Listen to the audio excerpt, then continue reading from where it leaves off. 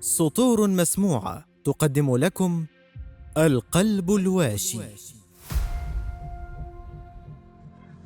قصة قصيرة لإدغار آلان بو، ترجمة أحمد محمد، بصوت أحمد عبد النبي.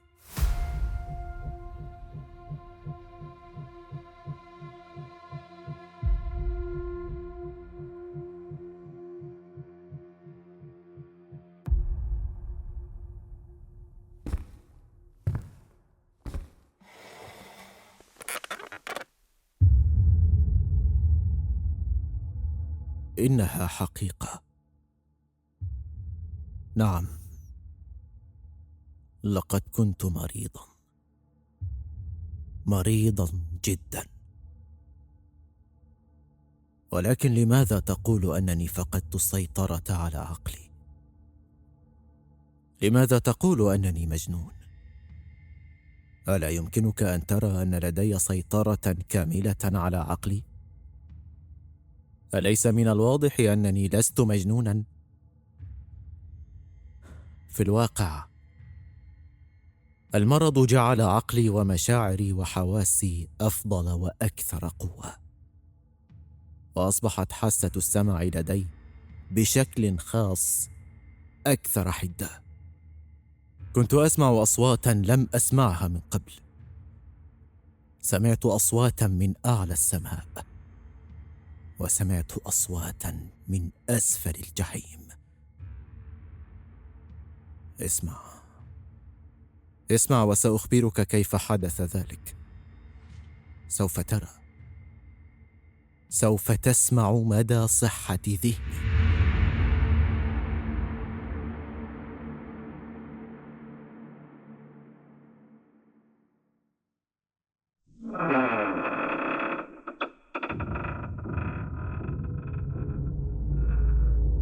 من المستحيل أن أقول كيف دخلت الفكرة إلى رأسي لأول مرة، إذ لم يكن هناك سبب لما فعلته. لم أكره الرجل العجوز، بالعكس، حتى أنني أحببته. لم يؤذني قط، ولم أكن أريد ماله، وأعتقد أنها كانت عينه مثل عين النسر، عين أحد تلك الطيور الرهيبة التي تراقب وتنتظر حتى يموت الحيوان أو الجيفة، ثم تسقط على الجثة وتمزقها لتأكلها. وعندما نظر إلي الرجل العجوز بعينه النسرية، وشعرت بشعور بارد يتسلل إلى أعلى وأسفل ظهري، حتى دمي أصبح باردا بنظرته تلك. وهكذا قررت أخيرا أن أقتل الرجل العجوز وأغلق تلك العين إلى الأبد.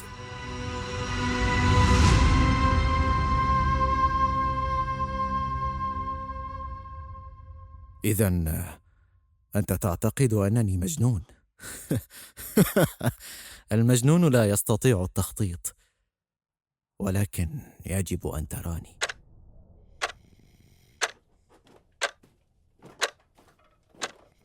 طوال ذلك الأسبوع، وقد كنت ودودا مع الرجل العجوز بقدر استطاعتي، ورقيقا معه، ومحبا له.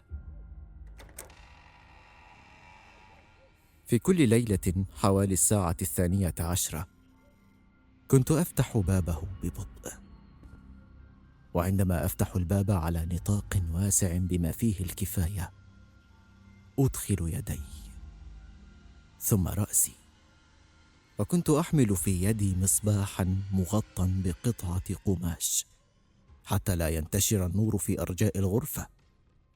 فأقف هناك بهدوء، ثم وبحذر أرفع قطعة القماش قليلا حتى يسقط شعاع ضوء رفيع وصغير على تلك العين.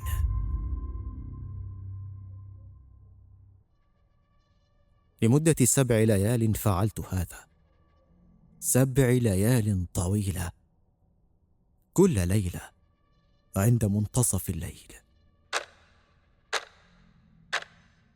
كانت العين مغلقة دائما، لذلك كان من المستحيل بالنسبة لي القيام بهذا العمل، لأنه لم يكن الرجل العجوز هو ما شعرت أنه كان علي أن أقتله. لقد كانت العين عينه الشريرة. وفي كل صباح كنت أذهب إلى غرفته، وبصوت دافئ وودود أسأله كيف كان نومه، ولم يستطع أن يخمن أنني كنت أنظر إليه كل ليلة في الساعة 12 تماما وهو نائم. في الليلة 8 كنت حذرا أكثر من المعتاد عندما فتحت الباب، وكانت عقارب الساعة تتحرك بسرعة أكبر من حركتي. في تلك الليلة لم يسبق لي أن شعرت بمثل هذه القوة التي أمتلكها. لقد كنت الآن متأكدا من النجاح. كان الرجل العجوز مستلقيا هناك، ولم يحلم قط بأنني كنت على باب منزله.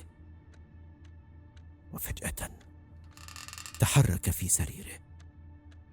ثم أنك قد تعتقد أنني أصبحت خائفا لحظتها، لكن لا، لم يكن الخوف ما أشعر به أبدا. كان الظلام في غرفته كثيفا وأسود قاتما. كنت أعلم أنه لا يستطيع رؤية حركة فتح الباب. واصلت دفع الباب ببطء وبهدوء، مدخلا في فتحة الباب رأسي ثم يدي مع المصباح المغطى الذي تحمله. وفجأة جلس الرجل العجوز منتصبا على السرير وصاح: من هناك؟ عندها وقفت ساكنا تماما لمدة ساعة كاملة، لم أتحرك، ولم أسمعه مرة أخرى يرقد في سريره. لقد جلس هناك فقط يستمع للجلبة التي حدثت. ثم سمعت صوتا، صرخة خوف منخفضة خرجت من الرجل العجوز. الآن علمت أنه كان جالسا في سريره مملوءا بالخوف. كنت أعرف أنه يعرف أنني كنت هناك، لكنه لم يرني لشدة الظلام في الغرفة. لم يستطع سماعي هناك أيضا. لقد شعر بي. قد عرف الآن أن الموت كان واقفا قريبا منه تماما.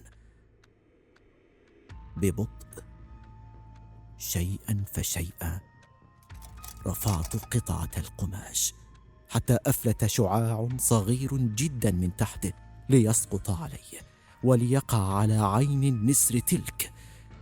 لقد كانت مفتوحة على مصراعيها. وزاد غضبي حينها عندما نظر إلي مباشرة. لم أتمكن من رؤية وجه الرجل العجوز لتركيزي فقط على تلك العين اللعينة، تلك العين الزرقاء الشديدة. والدم أصبح في جسدي كالثلج، جامدا لا يتحرك. ألم أخبرك أن سمعي أصبح حادا بشكل غير عادي؟ الآن أستطيع أن أسمع صوتا يكون سريعا ومنخفضا وناعما في نفس الوقت، مثل صوت الساعة التي تسمعها عبر الحائط. لقد كنت أسمع نبض قلب الرجل العجوز.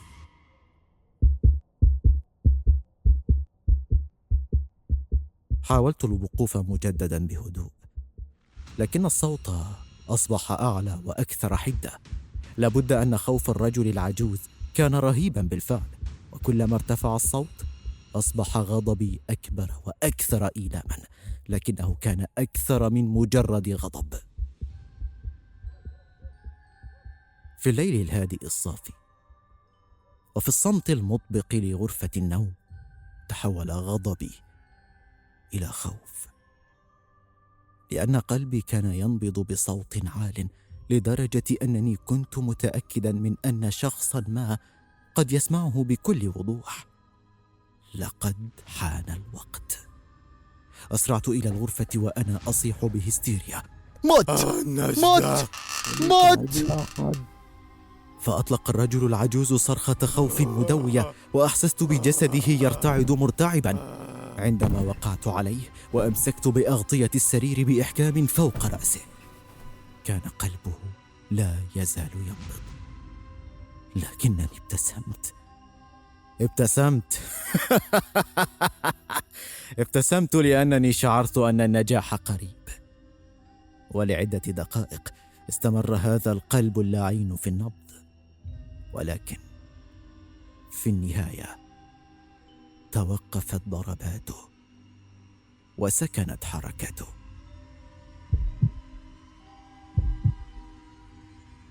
كان الرجل العجوز حينها ميتا. بعد ذلك رفعت أغطية السرير ووضعت أذني على قلبه. لم يكن هناك صوت. نعم، لقد كان ميتا كالحجر الصم، ولن تزعجني عينه مطلقا بعد الآن.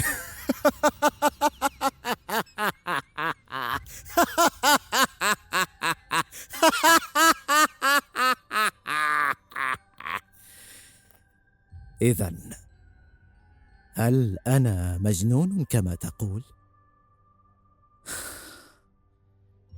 كان يجب أن ترى مدى حرصي على وضع الجثة في مكان لا يمكن لأحد العثور عليه. أولاً أقطع الرأس، ثم الذراعين والساقين. لقد حرصت على عدم ترك قطرة دم واحدة تسقط على الأرض. لقد انتزعت 3 من الألواح التي تشكل الأرضية ووضعت قطع الجسد هناك، ثم قمت بإعادة الألواح مرة أخرى لمكانها بعناية شديدة، بحيث لا يمكن لأي عين بشرية أن ترى أنها قد تحركت أو تم نقلها وتغييرها. وعندما انتهيت من هذا العمل، سمعت أن شخصا ما كان عند الباب، وكانت الساعة الآن 4 صباحا، لكن الظلام ما زال قادما. ومع ذلك لم أشعر بالخوف عندما نزلت لفتح الباب. كان هناك 3 رجال عند الباب، 3 من ضباط الشرطة. لقد سمع أحد الجيران صرخة الرجل العجوز قبل قليل، فاتصل بالشرطة، وجاء هؤلاء 3 لطرح الأسئلة وتفتيش المنزل. طلبت من رجال الشرطة الدخول، وقلت إن الصرخة كانت صرختي حينما حلمت في المنام، وقلت إن الرجل العجوز كان قد سافر بعيدا، لقد ذهب لزيارة صديق في مدينة أخرى في البلاد. أخذتهم في جولة بالمنزل بأكمله، وأخبرتهم أن يفتشوا كل شيء وأن يفتشوا جيدا. ثم قدتهم أخيرا إلى غرفة نوم الرجل العجوز، فكنت وكأنني ألعب معهم. طلبت منهم الجلوس والتحدث لبعض الوقت. جعل أسلوبي السلس والهادئ رجال الشرطة يصدقون قصتي، حتى جلسوا يتحدثون معي بطريقة ودية. لكن على الرغم من أنني أجبتهم بنفس الطريقة، إلا أنني شعرت بالتعب، وسرعان ما تمنيت أن يذهبوا. كان رأسي يؤلمني، وكان هناك صوت غريب يصدر في أذني. لقد تحدثت معهم أكثر وبشكل أسرع، لكن أصبح الصوت أكثر وضوحا، وما زالوا يجلسون ويتحدثون. فجأة عرفت أن الصوت لم يكن في أذني، ولم يكن داخل رأسي أبدا. في تلك اللحظة لابد أنني أصبحت خائفا تماما. لقد تحدثت بشكل أسرع وأعلى صوتا، وأصبح الصوت يعلو أكثر أيضا. كان صوتا سريعا ومنخفضا وناعما، مثل صوت ساعة تسمعها عبر الجدار، وهو صوت أعرفه جيدا. بعد تلك اللحظة أصبح أعلى أكثر فأكثر. لماذا لم يذهب الرجال؟ وكان الصوت أعلى فأعلى ويزداد شدة. وقفت ومشيت بسرعة في جميع أنحاء الغرفة، ثم دفعت كرسيا على الأرض لإصدار المزيد من الضوضاء ولتغطية ذلك الصوت الرهيب الفظيع، حتى تحدثت بصوت أعلى وأشد، وما زال الرجال يجلسون ويتحدثون ويبتسمون. هل من الممكن أنهم لم يسمعوا؟ لا، لقد سمعوا. كنت متأكدا من ذلك. قد عرفوا، والآن هم الذين كانوا يلعبوا مع. كنت أعاني أكثر مما أستطيع احتماله من ابتساماتهم تلك، ومن ذلك الصوت أعلى وأعلى وأعلى. وفجأة لم أعد أستطيع التحمل أكثر. أشرت إلى الألواح وصرخت: نعم نعم، لقد قتلته. اسحبوا تلك الألواح الثلاثة وسترون. لقد قتلته. ولكن لماذا لا يتوقف قلبه عن النبض؟ لماذا لا يتوقف؟ انتهى.